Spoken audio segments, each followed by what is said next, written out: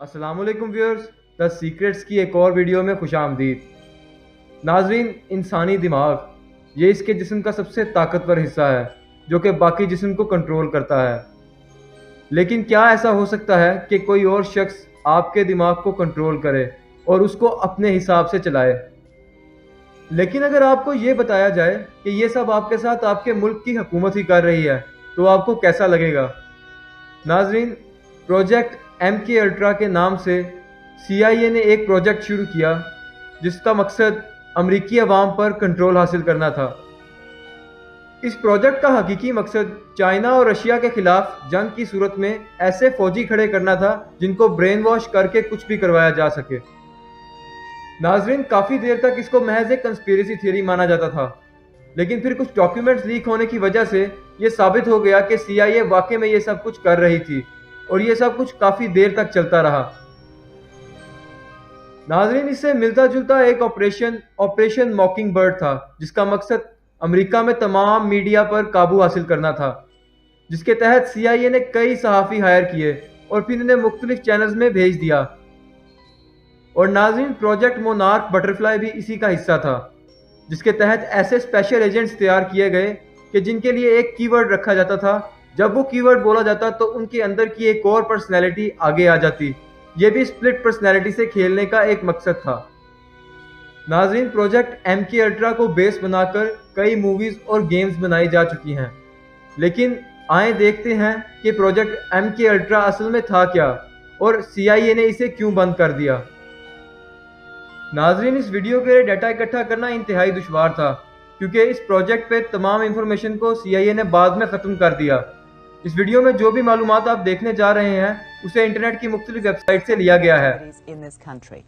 The CIA was seeking a new weapon aimed not at the body, but at the mind. Americans became obsessed with brainwashing during the Korean War. Prisoners of war returned home denouncing the American way of life. Hearing them parroting propaganda, the CIA became convinced the communists had found the key to brainwashing. Now the ناظرین، ابتدا میں یہ سب experiments جنگی قیدیوں اور ذہنی مریضوں پہ ہوتے تھے، لیکن بعد میں یہ کالج سٹوڈنٹس اور جیل کے قیدیوں پر بھی کیے جانے لگے۔ ناظرین، پھر ان ٹیسٹ سبجیکٹس کو جنسی اور جسمانی تشدد کا نشانہ بنایا جاتا اور دیکھا جاتا کہ ان کا دماغ اس پر کیا ری ایکشن دیتا ہے۔ اس کے علاوہ الیکٹریکل شاکس، ہپنوسس اور ایل ایس ڈی ڈرگ بھی یوز کیا جاتا، جس کے باعث کئی ٹیسٹ سبجیکٹس ٹیسٹ کے دوران ہی مر جاتے۔ اس سب سے بچ جانے والے لوگ اپنی کہانیاں شیئر کرتے ہیں۔ وہ بتاتے ہیں کہ کس قدر خطرناک ایکسپیریمنٹس ان پہ کیے گئے۔ بوب لوگی بھی ان میں سے ایک شخص ہے جس پر ایل ایس ڈی کا بار بار استعمال کیا گیا۔ I've been completely used. I feel like my mind has been completely invaded. I suppose if guinea pigs have feelings, they'd feel like I do.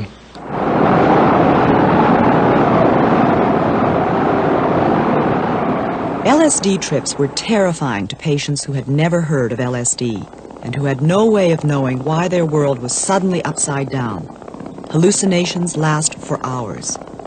Experts say this is what an acid trip would look like if it could be filmed.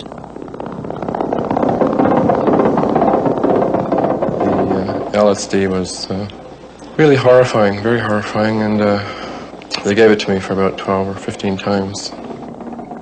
One minute I would see the doctor there, the next minute I wouldn't see him there, and they were asking me all kinds of questions, and I remember them telling me that I was getting smaller and smaller, and I really felt myself getting smaller, and they were bringing me back in time, way back, At one point I almost felt like I was just about to be born. ناظرین، پھر ان test کو Canada لے جایا گیا جہاں doctor even Cameroon نامی ایک شخص نے اسکیزوفرینیا کے علاج کے لیے ان ٹیسٹ کو استعمال کرنا شروع کیا۔ اس نے بھی ایل ایس ڈی اور الیکٹریکل شاکس کے ذریعے ان ٹیسٹ کو اپنے مریضوں پر اپلائی کیا، لیکن یہ کامیاب نہ ہو سکا۔ ناظرین، مسئلہ تب خراب ہوا جب اس شخص نے اپنے ان ایکسپیریمنٹس کو اپنے عام مریضوں پر بھی استعمال کرنا شروع کر دیا۔ ان میں بچے اور وہ لوگ بھی شامل تھے جنہیں صرف مائنر سا ڈپریشن تھا۔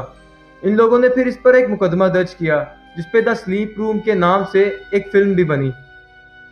ناظرین یہ سب کچھ منظر عام پر 1973 میں آیا جب واٹر گیٹ کا سکینڈل امریکی عوام کو پتہ چلا۔ سی آئی اے نے اس خوف سے کہ ایم کے الٹرا کی ساری انفارمیشن عوام تک پہنچ جائے گی اس کے تمام ڈاکیومنٹس کو ختم کر دیا اور تمام ریلیٹڈ لوگوں کو خاموش رہنے کا کہا گیا۔ لیکن اس ریسرچ کو 1965 میں ہی روک دیا گیا تھا کیونکہ سائنٹسٹ یہ ماننے لگے تھے کہ جو وہ حاصل کرنا چاہتے ہیں وہ اس ریسرچ سے انہیں حاصل نہیں ہو سکتا۔ Peter Roper left the Allen Memorial in 1967. What were the circumstances of your leaving the Allen?